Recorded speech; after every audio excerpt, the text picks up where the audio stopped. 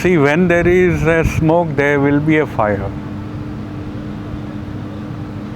When you have the audio where the officials and including the minister, they have been heard in the audio talking about corruption, talking about kickbacks, talking about taking money.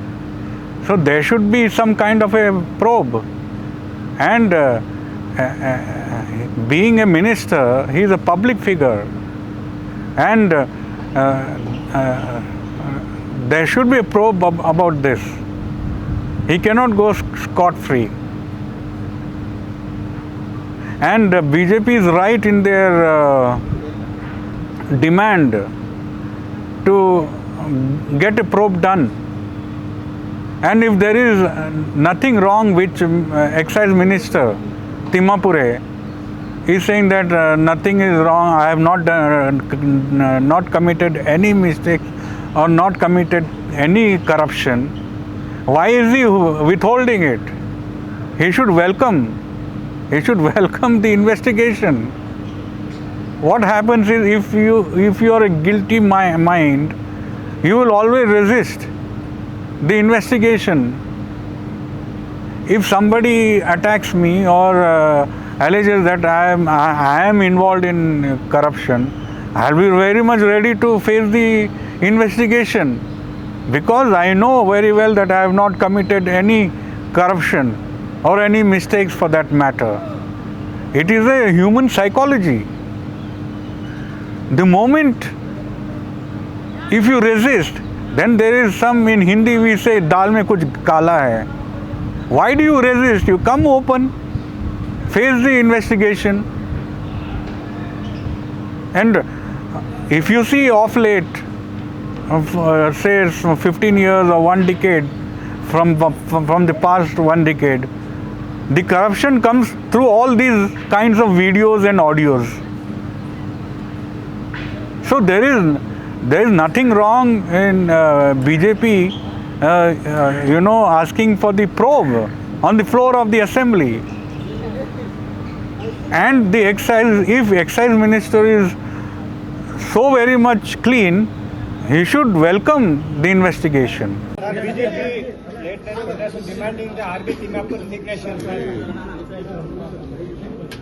Whatever they are doing,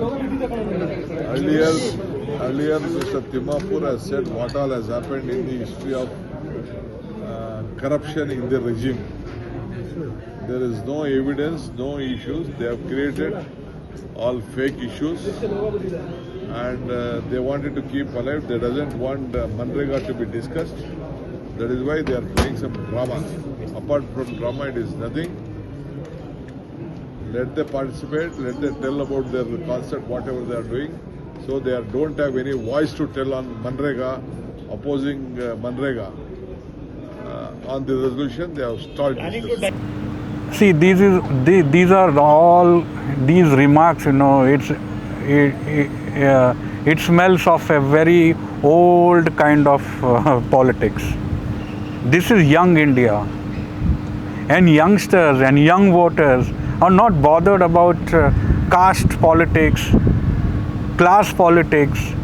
They are very aspirational voters. That will not get any votes for the Congress. If they feel that they will never get it.